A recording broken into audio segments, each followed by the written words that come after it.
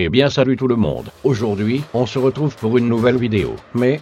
Oh, c'est quoi ce bordel? J'ai perdu 12 abonnés, ça fait des mois que je stagne, et là je perds des abonnés. Il y a sûrement une raison. Comment je pourrais faire pour les regagner? Je pense avoir une idée. Coupe tout, tu relances le greffon, et c'est reparti.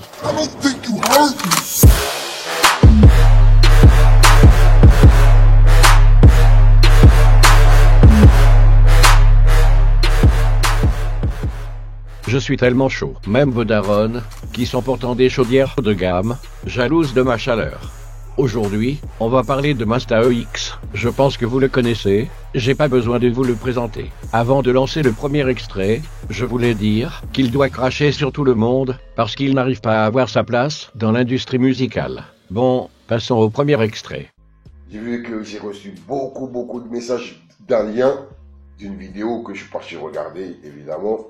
J'ai vu c'était un comédien qui était là, qui parlait de moi, enfin qui m'imitait pour décrédibiliser mon travail et faire sa promo. Bon, déjà, il y a quelque chose qu'il faut te mettre en tête. S'il a fait ça, c'est pour simplement se foutre de ta gueule, à dire tes conneries à chaque fois.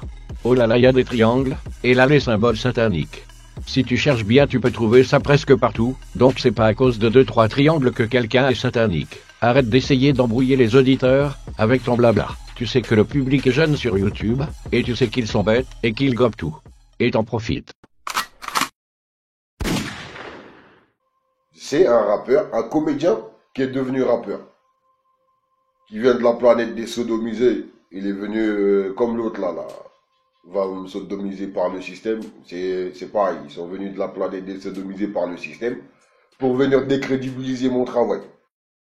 Déjà, te appeler ça du travail. Tu poses une caméra devant toi et tu te filmes en train de dire des conneries à un public jeune et te appeler ça un travail. Remets-toi en question, bordel. Ils essayent pas de te décrédibiliser, ils se foutent juste de toi. C'est juste une blague. Te sens pas au-dessus de tout le monde comme ça. Je vais vous le passer et j'espère pour lui, Aval, que toi et tes producteurs ne vont pas essayer de censurer cette vidéo-là parce que vous le faites tous bizarrement. Vous m'attaquez quand je réponds, vos producteurs ils passent là pour enlever la vidéo, à croire que vous avez peur de la vérité. Encore une fois, tu comprends rien. Déjà, c'est rare que les producteurs viennent et demandent à retirer tes vidéos. Mais dans le cas où ça arrive, c'est pas parce que tu as raison. Au contraire, c'est parce que tu ne fais que dire de la merde, tu donnes une mauvaise image aux rappeurs, tu les insultes, tu dis ouvertement qu'ils sont satanistes. Le comble dans tout ça, c'est que t'as fait du rap aussi. Pourquoi tu ne serais pas comme les autres? T'es notre messie, c'est ça?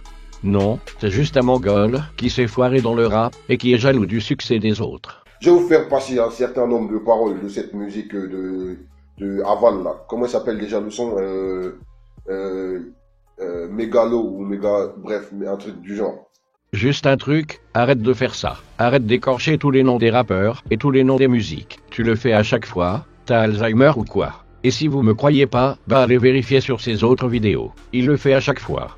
Je vois pas ce que ça t'apporte, t'as l'air juste moins crédible. Donc arrête de faire ça, t'es ridicule. Voilà, comme nous on est fous, on dit n'importe quoi, on va trop loin, nanani, nanana, on est des malades, etc. Comme c'est vous qui êtes les doués de science et d'intelligence, c'est vous qui réfléchissez. Dites-nous ce que ça veut dire ces paroles-là. Écoutez.